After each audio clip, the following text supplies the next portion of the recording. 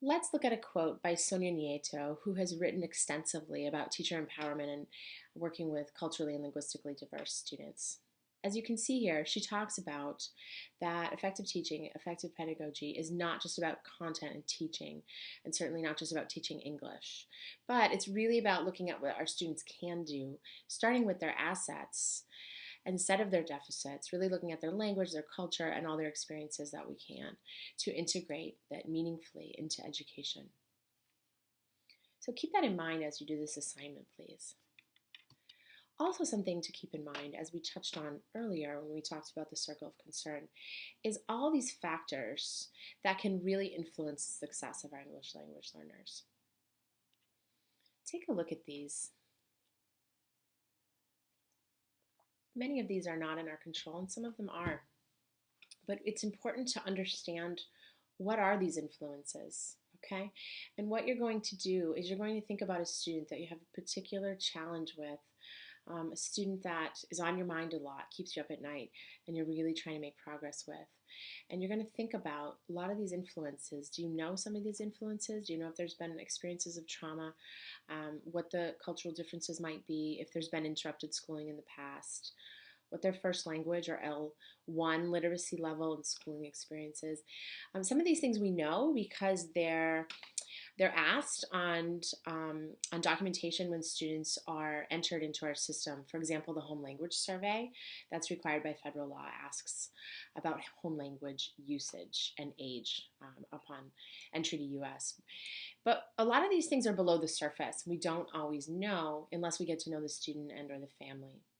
So this assignment is designed to help you understand some of these influences for your particular ELL that you'll work with, and really think about not just how these influences can impact their academic success, but how we can tap into their assets, their gifts, their strengths in order to help them move forward and in order to improve our practice. So in order to do this activity, you're actually going to be reading two different articles looking at types of English language learners, where when we say types of English language learners, it's really a generality, but actually we can categorize students into different types, which we'll talk about in a minute. The article on the left here is by David and Yvonne Freeman, who have done extensive work in the fields for academic language and English language learning in general. And this article is a classic piece about three different types that they categorize.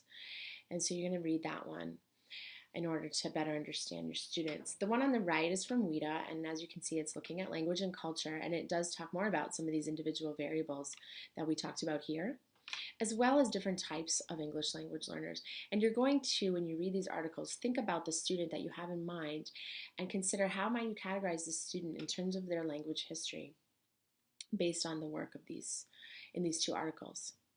So your student profile, the product that you're going to create out of this Module 1C, is going to have this information in it, okay? It's going to have the student's first name, the grade level, their home languages, a note about their literacy skills in the home languages. Are there literacy skills? Are there not? How might you compare those to English if you have that data? And then their exposure to English. We know that's a huge factor. Do they have a role model at home? Are they the only person speaking English? Are they translating on behalf of family members? Anything that you have in regards to that would be very helpful. And then other information regarding language history. This is where you decide, is this student a sojourner, as the WIDA article suggests? Are they a migrant? Are they a refugee? Are they a long-term English language learner? You're really going to decide based on the evidence that you have. What is the language history of this student, and how would you categorize that child? What's also very, very important, as you can see here, is strengths, interests, talents, and wishes. Those are the assets. So those are the things that we don't always see because we're usually focused as a system on what's not there. So let's really take some time. If you don't know the wishes, talents, interests, the strengths, and any of the assets of your student, take the time to interview that student and get to know him or her. I always like to just say, what do you like to do at home? What do you like to do on the weekends? What do you like to do with your friends? If you could read any book, what would you want to read about? What are you writing about right now if you're getting to choose about what you write? Where would you like to go? What would you like to be? Without pressuring the student, but just giving them the opportunity to shine a little bit and get to know what might not be present at school.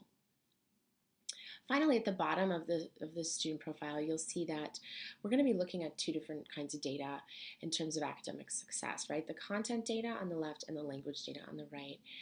And this should be available in your student data system and or cumulative files. We really want to be looking at that large-scale assessment data, whether that's MCAS, other kinds of interim assessment map, whatever kind of large-scale assessment data you have. And then really also this classroom assessment data that is just as important, and that could be report cards, but really we're looking at something a little more immediate than that. If you're working with a student in literacy, it could be looking at running records. It could be looking at conferring notes for readers and writers workshop. It could be looking at unit tests, unit assessments, projects that the students are working on, performance assessments.